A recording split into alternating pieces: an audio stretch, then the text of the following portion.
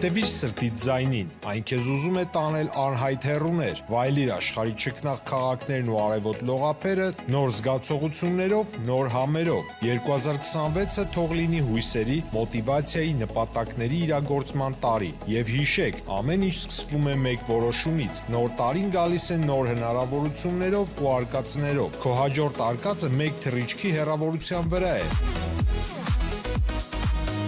Travel with M 095 89 20 48 Բարև ձեզ հարգելի հեռուստադիտողներ, մենք շարունակում ենք կարևորագույն թեմաների քննարկումները։ Այս պայն ես զրուցում Հայաստանի ես եմ նախաձեռնության հիմնադիր եւ ղեկավար Նայիրի Սարգսյանն, շնորհակալ եմ պարոն Սարգսյան, մեր հավերն ընդունել համար։ Խորհրդարանը արդեն սկսել է իր աշխատանքները եւ կարծում կարելի է առաջին մեկ արդեն երրորդ օրն է այս նիստերից տպավորություն ստանալ կամ հասկանալ, վերլուծել, թե ինչպիսի խորհրդարան մենք ունենք։ Խնդրեմ ձեր գնահատականը, ինչ խորհրդարան մենք ունենք եւ իշխանությունն ինչպիսի դիրքում է, անդիմության երկու ֆրակցիաներն ինչպիսի դիրքում են, խնդրեմ։ Բավականին բարդ է եւ վաղ է սպայն գնահատականներ տալը, մի քանի մասի պետք է բաժանենք գնահատականների process-ը, որովհետեւ խորհրդարանի աշխատանքը պետք է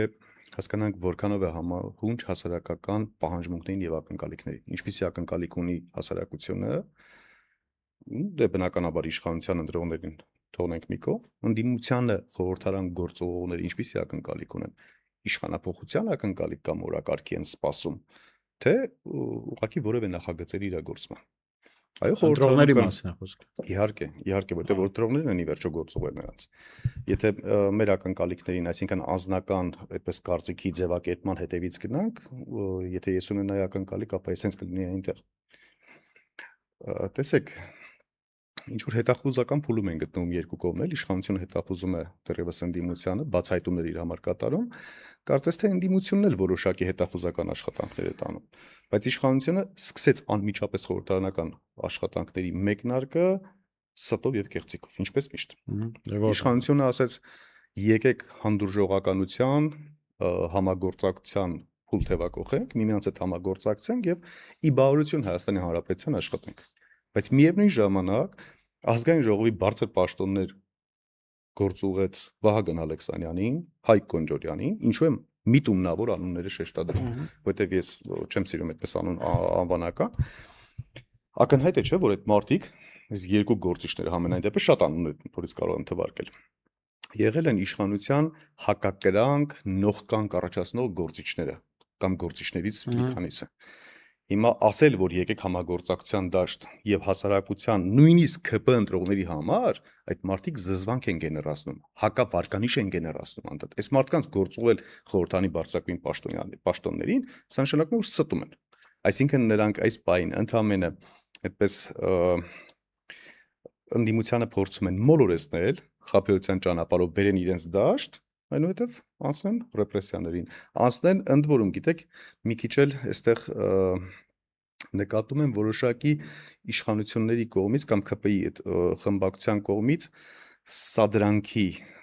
դրսևորում որոշակի, որ այ կասենք կանեք, կասենք խելոք նստեք, խելոք կնստեք, ուղղակի ընդդիմությունը պետք է շատ զգոն լինի խորհրդարանում, որպեսզի հանկարծ սադրանքին Պարոն Սարգսյան, ինձ հետաքրքիր է, շատ տեղին դիտարկում եք անում, ես էլ հենց այդ իշխանության մարտավարությունը ուսումնասիրության առել, որովհետև իշխանությունն ինչ է ասում ըստ էության, թե տեքստը բացենք, որ եկեք խորհրդարան, ձեզ խելոք պահեք, լավ կլինի։ Ու բառից բուն իմաստով ընդ որում։ Այո։ Հիմա բայց ընդդիմության պատասխանը ինձ համար անհասկանալի էր։ Օրինակ լավ, այնտեղ մի դրվագ կար Իշխան Սաղաթելյանը, քաղաքական երկար ճանապարհ անցել դրանով ասաց, որ մեր խնդիրը ձեր հետ անձնական չի, որ Արցախի հարց կա, բայց մնացածի խոսքը որ լսում ենք, ասենք մեկ ասում է դե մեր ընկերոջը ձերբակալել եք այ դրա համար, այ որ ազատ արձակեք, ոնց որ թե բան, մյուսը ասում է որ դուք հայոյանքով եք խոսում, բայց խնդիրը հայոյանքը կամ մարդկանց ձերբակալությունը չի, չէ։ Խնդիրը այդ եթե մենք նայում ենք գաղափարական, հայկական շահի տեսանկյունից, խնդիրը այն է, որ այդ խումբը գործում է հայկական շահին դեմ։ Եվ այստեղ ինչքան ուզում են գեղեցիկ բառերով խոսեն, ուզում են հայոյանք չտան խորհրդարանը, միևնույնն է իրենց գործունեության էությունը հակահայկական է։ Այո։ Եվ այստեղ արդեն կոմպրոմիս չի կարող լինել։ Բայց այս ընդդիմության մոտ նկատեցի, գուցե մեծ մասը նորեկներ են դրանից էր, որ իրենք ուզում էին դիսկոմֆորտից դուրս գալ, կոնֆլիկտային իրավիճակների մեջ չմտնել եւ ինչ որտեղ համաձայնվել ԿՊ-ի հետ այդ կառուցողական աշխատանքի, բայց այդ կառուցողական աշխատանքը հակահայկական է լինելու։ Ես չեմ կարծում, որքան էլ քննադատաբար մոտենանք ընդդիմադիր երկու ֆրակցիաները, որ իրենք պատրաստ են հակահայկական աշխատանքի։ Սա ամփորձություն է, միամտություն է, ինչ է կարծել, որ իշխանությունը ուզում է այսպես աշխատանքային միջավայր ապահովել։ Տեսեք, երկու խմբակցությունում էլ 1-2 հոգի կային падգամավորներ, որոնց ելույթը սուր էր, որոնց ելույթը իշխանությունների համար հարկավարկանիշ գեներացնող էր, այսինքն ուղղված էր կոնկրետ հասարակության ակնկալիքների բավարարմանը։ Եվ անմիջապես թիրախավորվեցին ԿՊ-ի կողմից։ Կրկին անուններ չհնչեցնեմ, ժամանակի ընթացքում պետք է լինի անուններով խոսենք։ Տեսեք, անմիջապես թիրախավորում են ու հարձակում են գործում այս մարդկանց վրա։ Մնացածի գործունեությունը դեռևս չի կարելի գնահատել գործունեություն։ Դեռևս պետք է սպասել, կարծում եմ։ Իսկ ինչ վերաբերում է կոմպրոմիսային եւ ներողություն արտահայտության սկուտու ուտելուն իշխանությունը, դա անթույլատրելի է, նամանավանդ եթե ուժեղ Հայաստանի մենք կարող ենք որոշակի համբերատարությամբ դեռևս սպասել ասել դեռ նոր ուժ են, դեռևս քաղաքական միտքը լավ չեն կրում, լավ չեն պատկերացնում եւ այլն եւ այլն, Հայաստան դաշինքը արդեն բավականին փորձառու է, փորձառու падգամավորներ են գրկել խմբակցության մեջ։ Հետևաբար անթույլատրելի է գնալ որևէ կոմպրոմիսի։ Ինձ համար, եթե մենք պետք է այսպես կշեռքի նժարին դնենք հայհոյա խառն միմյանց վիրավորանքով խոսելը եւ հայկականության, պետականության, Հայաստանի Հանրապետության դեմ գործունեություն, ապա ավելի լավ է հայհոյա խառն խոսենք, քան թե Հայաստանի Հանրապետության դեմ գործեն։ Մարդիկ փաստորեն սխալվել են, որ հայրենասեր են եղել եւ հայրենասիրությունից դրդված մտածել են, որ Արցախը իրենցն է, իսկ հիմա փաստորեն կեղծ հայրենասիրությունն ա եղել կամ չգիտակցված հայրենասիրություն է եղել եւ Արցախը համարում են իրենցը չի, նույն տրամաբանությամբ ջերմուկի զավթված տարածքները համարելու են, որ իրենցը չի, նույն տրամաբանությամբ Տիգրանաշենը, Վերին ոսկեպարը եւ այլն, հիմա նմանատիպ գործելավոճով, նմանատիպ նախատրամադրված իշխանության հետ գնալ որևէ կոմպրոմիսի անթույլատրելի է։ Այո, մենք ունենք Հայաստանի Հանրապետությունում քաղբանտարկյալներ, այո, դա անթույլատրելի է, բայց մեր գլխավոր խնդիրը քաղբանտարկյալները չեն։ Մեր գլխավոր խնդիրները մեր ընկերների ազատ արձակումը չէ։ Մեր գլխավոր խնդիրը Հայաստանի Հանրապետության պաշտպանությունը, պահպանությունը եւ հարատևումն է։ Կարողանում ենք գնալ դրան, պետք է գնանք։ Եթե մենք պետք է կշեռքի նժարին դնենք, որ ազատ արձակեք մեր ընկերներին կամ ազատ արձակեք քաղբանտարկյալներին կամ քաղբանտարկյալների օրակարգը դարձնենք առաջնային օրակարգ, սա ինձ համար այդպես կամ ինձ համար չէ լավ։ Ընդդիմությունը ուղղակի ոչնչանում է դրանով, ինքնաոչնչացման փուլ է մտնում։ Ընդ որում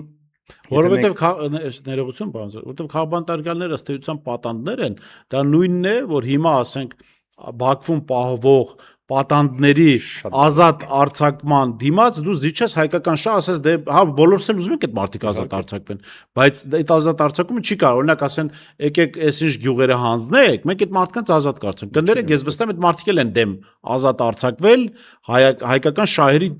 հաշվին։ Հիմա քանի որ ասացիք մեր գլխավոր խնդիրը այո քաղաքապետարները պիտի ազատության մեջ լինեն, բայց թե ոնց որ կռիվը դրա մասին չի եղել, այդ կռվի ընթացքում են իրենք գերի ընկել։ Հիմա նաև ես նկատում եմ երեք խորհրդանում եղան մի քանի կարևոր բացասական դրսևորումներ ընդդիմադիրների կողմից առանց անուններ նշելու եւ հանրությունը քննադատաբար է մոտենում, ճիշտ էլ անում է։ Հիմա ինչ ես տեսնում եմ հակառակ կարծիք, մարդիկ ասում մի քննադատեք ընդդիմության, ինչու եք ուզում վնասել այս ֆրակցիան, բայց կներեք մեր խնդիրը այդ ֆրակցիաները ունենալն է, թե Հայաստանի շահերը սպասարկելն է։ Սա էլ հարց է թե չէ։ Տեսեք, շատ կարևոր հարց բարձրացրեցիք, որովհետեւ ընդդիմադիր խմբակցությունների մեջ ու շատ այդ թվում արտախորհրդարանական ընդդիմադիր ուժերի մեջ ինչ որ անհասկացվածության խնդիր գոյություն ունի։ Եթե ընդդիմադիրներին չես սիրում, ուրեմն դու հաստատ իշխանությանն ես սիրում։ Կամ եթե ընդդիմադիրներին այդպես որոշակի քննադատության ես ենթարկում, ուրեմն դու հաստատ իշխանական ես։ Հիմա մենք գալիս ենք հասարակական ընկալումից եւ տրամաբանությունից։ Պարտադիր չի, որ իշխանությունից զզվող հասարակությունը անպայման սիրի ընդդիմությանը։ Ոչ։ Դրա վառ ապացույցն են 2026 թվականի հունիսի 7-ի ընտրությունների։ Այո, շատ բարձր մասնակցություն տեղի ունեցավ, բայց շատ մարդիկ չգնացին ընտրության։ Ինչու չգնացին ընտրության? Որովհետև հավասարապես զզվում են եւ իշխանությունից եւ ընդդիմությունից։ Հավասարապես չեն վստահում եւ իշխանությանը եւ ընդդիմությանը։ Տեղեկ դուք ոչ թե այդպես արհեստական օրակարգեր բերեք, այլ դուք գիտակցեք, ինչի մարդիկ ձեզ չեն սիրում, ինչի մարդիկ ձեզ չեն վստահում։ Գնացեք աշխատեք խնդրի ուղղությամբ։ Այստեղ ամենակարևոր խնդիրը, որ Բժշկական տրամաբանությամբ աշխատանք չեն կատարում գործիչների երևի 99%-ը մոտավորապես։ Մինչև չլինի խնդրի ախտորոշում, չի կարող ուղղակի լինել բուժում, դա բացառված է։ Մտնում ես դաշտ, գիտեք, միայն քաղաքական դաշտում չի։ Այդպես լայն շփման դիրույթում, որ դիտարկում ենք, բիզնեսում էլ է շատ հաճախ այդպես, կրթության ոլորտում է այդպես։ Մարդը մտնում է մի ոլորտ, միտք է գեներացել ինչ-որ, մտնում է որոշակի գործունեություն ծավալելու, բացարձակ գաղափար չունի խնդրի էության մասին, բացարձակ գաղափար չունի ոլորտի մասին։ Եթե մենք, գիտեք, եթե մեր գործիչները ցավոք սրտի իհարկե այդպիսին են, չեմ պատկերացնում այս պարզ տրամաբանությունը, ուրեմն մենք ունենք շատ բացասական սպասում, այսինքն մեր հայրենակիցները, Հայաստանի Հանրապետության քաղաքացիները շարունակելու են չվստահել ընդդիմությանը եւ նոր ձևավորված կամ նոր ձևավորող դեռևս կարող են լինել սահմանային փուլում կազմակերպություններ, նոր ուժեր, թերահավատորեն են վերաբերվելու։ Սա շատ վատ է։ Գիտեք, հետաքրքիր օրինակ վերեցիք, ես այստեղ գալիս հենց մի այդպիսի իրավիճակի մասին եմ մտածում, իշխանությունը պատկերացնելով որպես հիվանդություն։ Ավելի շուտ ոչ թե հիվանդություն, այլ հիվանդության երևացող մասը, ախտանիշը, արտաքին ախտանիշը, որ մենք տեսնում ենք, հա։ Եվ բնական է, որ հիվանդության դեմ պետք է պայքարել, բայց օրինակ եթե լյարդի խնդիրներ կան եւ դա արտաքինից երևում է աչքերի դեղնացությամբ, չի կարելի պայքարել աչքերի դեղնացության դեմ, պետքա պայքարել լյարդը առողջացնելու դեմ։ Բայց մեր քաղաքական դաշտում հաճախ երբ կամ երբեմն գիտեք ինչ ենք նկատում, որ սա երևի թե հանրային բանի գործընթացի այլանդակության դրսևորում է։ Երբ որ ասենք լյարդի ցերոզը ինքը պայքարում է աչքերի դեղնացության դեմ, չհասկանալով որ խնդիրը ինքն է, հա, խնդիրը ինքն է, էլի ոչ թե աչքերի դեղնացությունը։ Հիմա այս իմաստով տեսեք, այո, հասարակությունը պետք է ասել, հիմա այս խմբակցություններին տրված է շանս արդարացնելու հասարակության սպասելիքները։ Նախ ասենք, որ այդ շանսը գլխավոր փուլում չեն արդարացրել, այսինքն ընտրություններով իշխանությանը չեն հեռացրել։ Եվ սա արդեն պատճառ է քննադատելու այս խմբակցություններին։ Երկրորդը խորհրդարան գնալն էր։ Հիմա եթե իրենք խորհրդարան գնալու են, որ ռուսերեն ասած առանց օրակարգի եւ իշխանության հետ չաշկալ-լոշկա լինելու, կներեք, սա երկրորդ փուլն է, որ այդ խմբակցությունները քաղաքական թիմերը պիտի թիրախավորվեն հանրության կողմից, որովհետեւ կներեք, դուք նախ ասում եք, որ ընտրություններով մենք հեռացնելու ենք Փաշինյանին, դա չստացվեց, հետո ասեցիք գնում ենք խորհրդարան, որ պայքարը շարունակենք, եթե դա էլ չստացվի, դա կնշանակի դա վերջնագիր է արդեն հասարակության, դե պայմանագրի լուծարում է հասարակության եւ այդ քաղաքական խմբերի միջեւ։ Եվ որքան եթե այդպիսի իրավիճակ ունենք, որքան շուտ լուծարվի այդ պայմանագիրը, հասարակությունը այնքան շուտ հնարավորություն կստանա նոր լուծումներ գտնելու։ Իհարկե։ Համամիտ եմ լրի, որովհետեւ հիշեք մենք այդ թվում զրուցել էինք մանդատները վերցնել չվերցնելու վերաբերյալ, քննարկում էինք կատարել այդպեսին։ Եվ մանդատ վերցնելը պետք է լիներ ընդհանրապես անցյալ գործիք, ինքը չպետք է լինի ինքնանպատակ։ Այսինքն մանդատ վերցնելը ենթադրում է տրամաբանական գործողությունների շղթա, որը ուղղված է իշխանության հեռացմանը։ Այդ թվում այսօրվա մեր զրույցի սկզբում մենք եւս դրան անդրադարձանք, որն է մեր հասարակության ակնկալիքը, իշխանապողությունը, սա այդ թվում ընտրության արդյունքներով ակնհայտ էր։ 50% Հայաստանի Հանրապետության քաղաքացիների մերժել է այս իշխանությունների։ Ընդ որում, ես հիշում եմ նաև հասարակական լայն արձագանքը մանդատ վերցնել չվերցնելու վերաբերյալ, որ մեծամասնությունը դեմ էր մանդատ վերցնելուն։ Այսինքն մարդիկ ակնկալում են առերևույթ իշխանության հեռացում։ Չեն ցանկանում օրենսդրական գործունեություն, չգիտեմ, այնտեղ առաջարկների ներկայացում կառավարությանը։ Եթե հետ ենք վերադառնում մեր թիմի տրամաբանությանը, մենք առաջարկների ներկայացում առանց խորհրդարանի եւս կարողանում ենք իրականացնել, կարողանում ենք հասարակությանը իրազեկել, թե ինչ ենք ցանկանում իշխանությունից։ Դրա համար խորհրդարան ամենևին պետք չի։ Այդ դեպքում ո՞րն է խորհրդարան գնալու իմաստը, եթե չկա օրակարգ, եթե չկա գործողությունների շղթա, որը ուղղված է իշխանության հեռացմանը։ Պետք է որոշակի դեռևս համբերատարություն կարծում դրսևորենք, սպասենք։ Հետաքրքիր է, որ քաղաքական տեքստերի իմաստով քաղաքացիական պայմանագիր իհարկե մեր պետության հաշվին, մեր պետության, մեր ժողովրդի շահերի հաշվին ինչ-որ փորձառություն է ձեռք բերել եւ ԿՊ-ից ստիպված էին ընդդիմադիր խմբակցություններին հիշեցնել, որ իրենք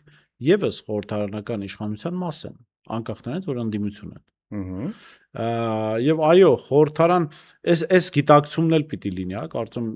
որ խորհրդան գնացող խմբակցությունները կրում են պատասխանատվություն տեղի ունեցող գործընթացների մասով։ Այսինքն Հայաստանը ԵՍ նախաձեռնությունը, Նաիրի Սարգսյանը, այլ քաղաքական նախաձեռնություններ առավել պակաս պատասխանատվություն ունեն, որտեղ իրենք խորհրդարան չեն գնացել կամ չեն ուզել կամ չեն կարողացել, բայց ովքեր գնացել են խորհրդարան, իրենք պիտի հասկանան, եթե չեն կարողանում կասեցնել այդ գործընթացները, որոնք տեղի պիտի ունենան, ընդդիմությունը արդարացիորեն դրա մասին խոսում է, ապա այդ դեպքում իմաստը ո՞րն է խորհրդարանում լինելու։ Շատ կարևոր հարց եք բարձրացնում, երկու կարևոր առաքելություն ունի ընդդիմությունը։ Խոչընդոտել, կասեցնել իշխանության պետականական գործունեությունը, միևնույն ժամանակ պետականաշինության վերաբերյալ գործուն առաջարկ ներկայացնի, հետևողականորեն աշխատացնի իշխանությանը, որպեսզի հասնեն իրենց նպատակին։ Բայց չգիտես ինչու Հայաստանը տրամաբանությունը փոխված է։ 8-րդ գումարման ազգային ժողովի վերջին նիստերին նույնիսկ Նիկոլ Փաշինյանը խոսում էր, որ այդ տեսեք իշխանությունը այդ թվում դրա համար է, որ ընդդիմությանը աշխատացնի։ Այդպիսի ելույթ ունեցավ ազգային ժողովում։ Գիտեք, ամեն ինչը հակառակ տրամաբանությամբ է աշխատում։ Ընդդիմության առաքելությունն է իշխանությանը աշխատացնելը։ Ընդդիմությունը շատ դեպքերում մանդատ է ստանում իշխանության գործունեությունը վերահսկելու համար։ Այսինքն ինքը պետք է իրեն վերահսկիչ լիազորություններով օժտի եւ յուրաքանչյուր գործողության հետևից գնա անդադ։ Կլինի դա կոռուպցիոն գործունեություն, բացահայտումներ, դա կլինի Հայաստանի Հանրապետության Նիկոլ Փաշինյանի արդեն վաղուց մեկնարկած լուծարային գործընթացի կասեցումներ, կլինեն նոր շինարարությունների առաջարկներ, որովհետև ակնհայտ է, չէ, որ այս իշխանությունը եւ չունի բավարարչափով գիտելիքներ, որպեսզի կարողանա այդպես միտք գեներացնի եւ որոշակի լավ ինչ որ դրական գործողություն կատարի, եւ ակնհայտ է, որ նա չունի ցանկություն Հայաստանի Հանրապետության շենացման։ Հետևաբար այս երկու գործողությունը զուգահեռ ընդդիմությունը պետք է տանի։ Հիմա տեսեք, գանք արդեն մի կարևոր թեմայի, որը երեկվանից կա մեդիա դաշտում, միջազգային մամուլում, եւ ես կարծում սա օրինակ երեկվա քննարկումներում արդեն պետք է երևար, եւ ընդդիմություն սրա մասին պիտի խոսար, թեպետ չեն խոսել, ուսանք գոնե այսօր կխոսեն։ Եվրամիությունը, մասնավորապես Իտալիան քննարկում է մի նախաձեռնություն, որով պատրաստվում են, քննարկում են պետությունների շարք, որտեղ պիտի ուղարկեն Եվրամիության միգրանտներին, այսինքն աֆրիկյան երկրներից, արաբական երկրներից, Մերձավոր Արևելքից, հիմնականում գլխավորապես իսլամադավան, տասնյակ հազարավոր միգրանտների ուղղեն երրորդ երկրներ։ Եվ այդ երրորդ երկրների շարքում, չգիտեմ, Գանայի, աֆրիկյան որոշ պետությունների, Ուզբեկստանի շարքում կար նաև Հայաստանի Հանրապետությունը։ Նախ վերաբերմունքը այս քննարկումներին եւ երկրորդը արդյոք հնարավոր էր առանց Հայաստանի իշխանության հետ քննարկելու Հայաստանում ներառել այդ ցանկում, որտեղ որոշումներ են, չէ, կայացվել, այսինքն եթե որոշեցին ուղարկել Հայաստան, այնպես չի Եվրամիությունը կարող է բռնել ուղարկել այստեղ ֆինանսական հոսքեր պիտի տան, չէ, ճամբարներ պիտի կազմեն, այսինքն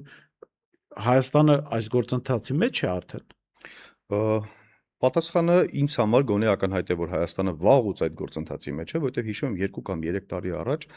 նմանատիպ հարց բարձրացնում էր Միացյալ Թագավորությունում, ընդ որում Հայաստանի Հանրապետությունում նույնիսկ օրենսդրական նախաձեռնությամբ հանդես եկավ ԿՊ-ն,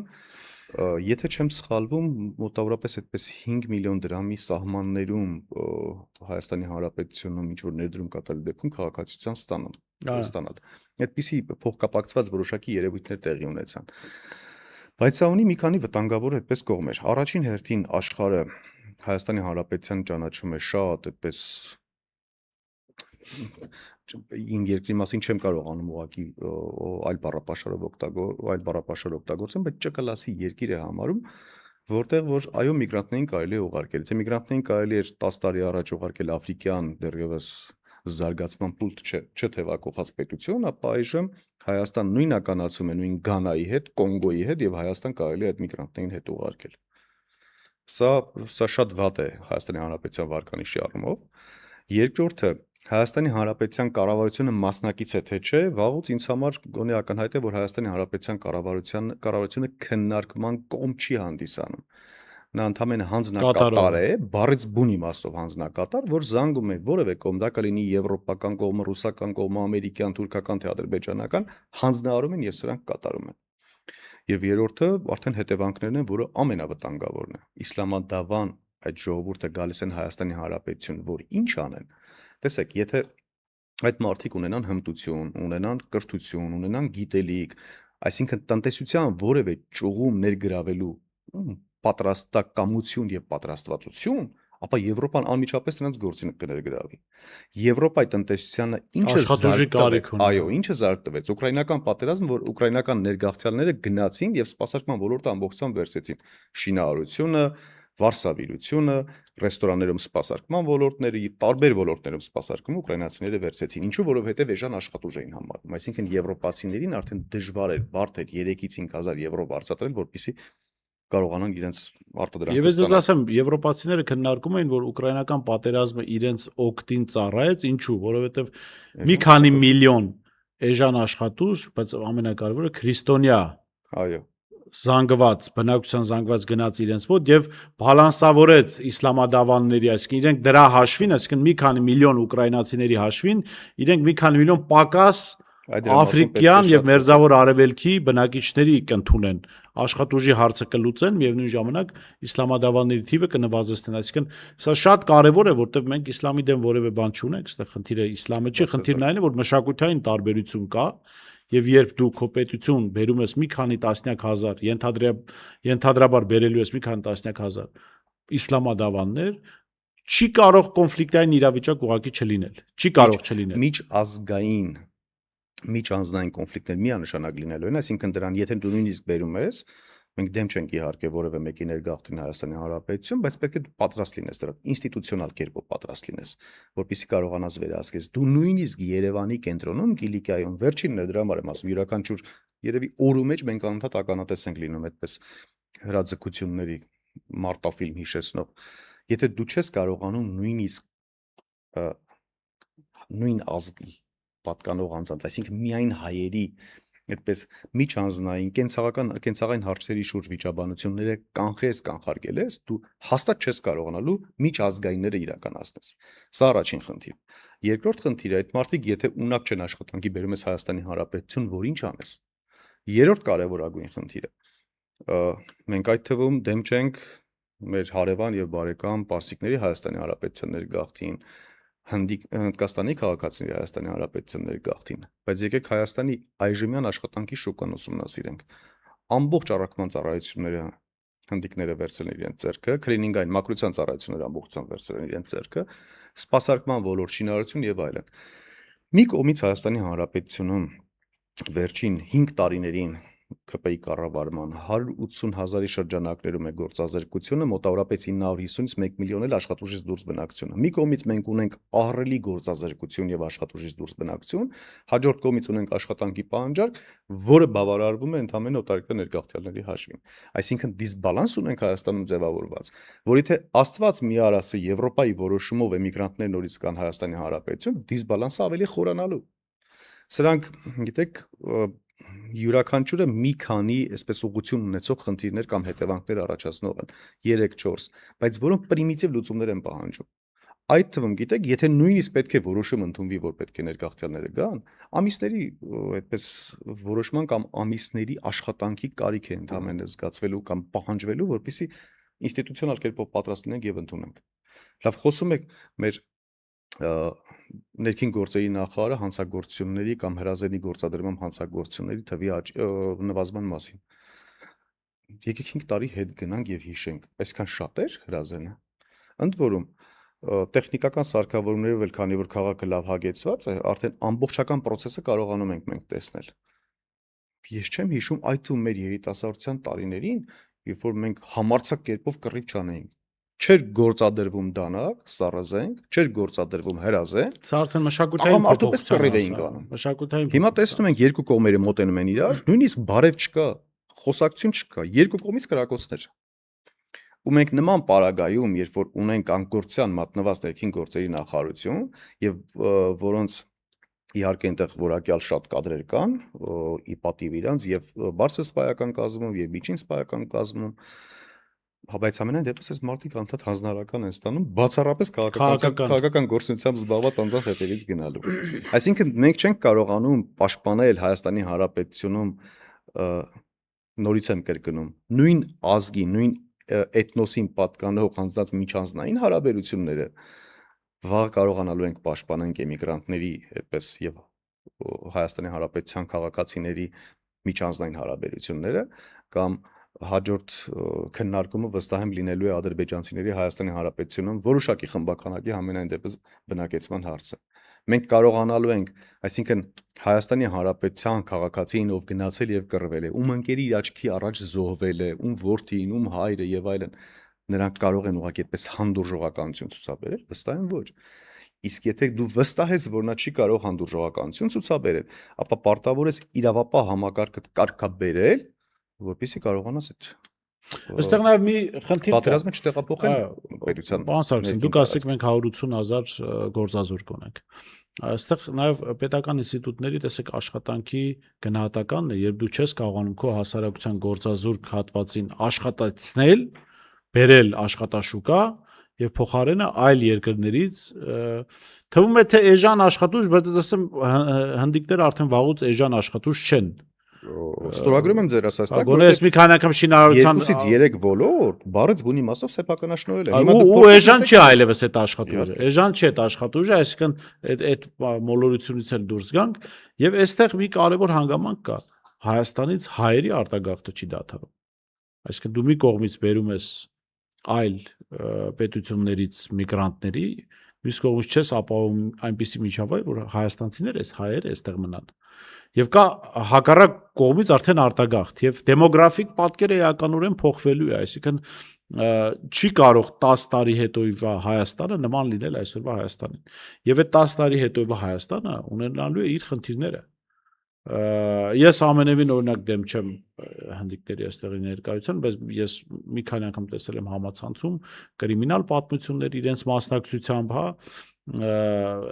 դրսևորումներ, որոնք մեր մշակույթին հատուկ չեն եւ իրենց օրինակ իրենց միջավայրում դա նորմալ է դիտվում։ Եվ այսպես շարունակ, այսինքն դու այդ փոփոխությունները գալու են, բայց պետությունը դրան պատրաստ չի։ Պետությունը ներողություն, մի կարևոր դրվագ է եւ ես ինչու եմ վստահ, որ սա քաղաքականություն է։ Այս Եվրոպայի որոշումը, միգրանտների հավանական ընդունումը, որովհետեւ սրա մասին ամենաակտիվը խոսում էր Արսեն Թորոսյանը։ Խորհրդարանում երբ падգամավոր էր, ասում էր մենք հայերի հաշվին դեմոգրաֆիական խնդիրը չենք կարողանում լուծել, պետք է խնդիր չտեսնենք, այլ էթնիկ միավորների հաշվին այդ հարցը լուծել։ Հիմա Արսեն Թորոսյանը ով է? Աշխատանքի եւ սոցիալական հարցերի նախարարը, որը այն նախարարությունն է, որը առաջին հերթին պիտի զբաղվի միգրանտներով։ Տիրույթում է գտնվում։ Տեսեք, դժվար է դրանց մեկնաբանել, որովհետեւ միայն այստեղ կարող եմ նկատել իրենց իրապես անկեղծությունը։ Նիկոլ Փաշինյանը եւ նրա թիմի շատ անդամներ այդպես անկեղծ ասում են ինչ են անելու, այսինքն նախապատրաստում են մեր հասարակությանը, որ այո գալու են միգրանտներ եւ Եվրոպայից այդպես արաբներ, չգիտեմ, աֆրիկյան տարբեր պետությունների քաղաքացիներ եւ ավելի շատ կարծում եմ այդպես թաքնված, բայց ակնկալիքը Ադրբեջանից ներգաղթյալների մասին է։ Նորից ասելիք չունեմ, ամբողջը ասեցիք, որից պետք է ընդհանրապես մենք պատրաստ լինենք, համենայն դեպս ընդդիմադիր գործիչները, ընդդիմադիր ուժերը պետք է պատրաստ լինեն, որովհետև ակնհայտ է իշխանության վարքագիծը։ Մենք պետք է կասեցնենք նրանց Հայաստանի Հանրապետության կործանման քաղաքականությունը։ Դեմոգրաֆիկ պատկերի վերաբերյալ այսպես շատ ավելի աղետալի է իրավիճակը։ Անդադ վիճակագրական ցուցանիշներով հրապարակվում է 1.6-ից 1.7 բնական վերարտադրության գործակիցը, ինչը նշանակում է մոտավորապես 70 տարում առկա բնակչության կիսում, այսինքն 3 միլիոնից պետք է դառնանք 1.5 միլիոն։ Բայց Արցախյան պատերազմից հետո այդ ցուցանիշը չփոխվեց։ Ես խորը այդպես կասկածներ ունեմ, ընդ որում բավականին հիմնավոր կասկածներ, որ ցուցանիշը 1.6, 1.7 չի, այլ 1.4-ից 1.5 է, ինչը նշանակում է, որ առաջիկա 50 տարում պետք է Հայաստանի Հանրապետության բնակչությունը կիսվի։ Եվ իդեպ ՄԱԿ-ի գնահատականները հենց այդպեսին են, որ 50 տարի հետո Հայաստանում մոտավորապես 1 միլիոնից մի քիչ ավել մարդ է ապրել։ Այսինքն, եթե միայն բնական վերարտադրությունով Հայաստանի բնակչությունը կիսվում է, արտագաղթի տեմպերը անընդհատ ավելանում են, այսինքն այսպիսի իրավիճակում, գիտեք, ռուս-ուկրաինական պատերազմը չարիք է ինքը, բայց այդ թվում Հայաստանի Հանրապետության համար որոշակի բարենպաստ պայմաններ է ստեղծել։ Այդ թվում արտագնա աշխատանքի մեկնելու առումով։ Հիմա ժամանակն է իսկապես, որպեսզի արտագաղթի դեմ կարողանանք պայքարենք։ Որտեղ է Հայաստանի Հանրապետության այդպես որ ուղղությամբ է Հայաստանի Հանրապետության քաղաքացին ավելի շատ արտագաղթում կամ արտագնա աշխատանքի մեկնում։ Գերակշիռ մեծամասնություն Ռուսաստանի Դաշնություն,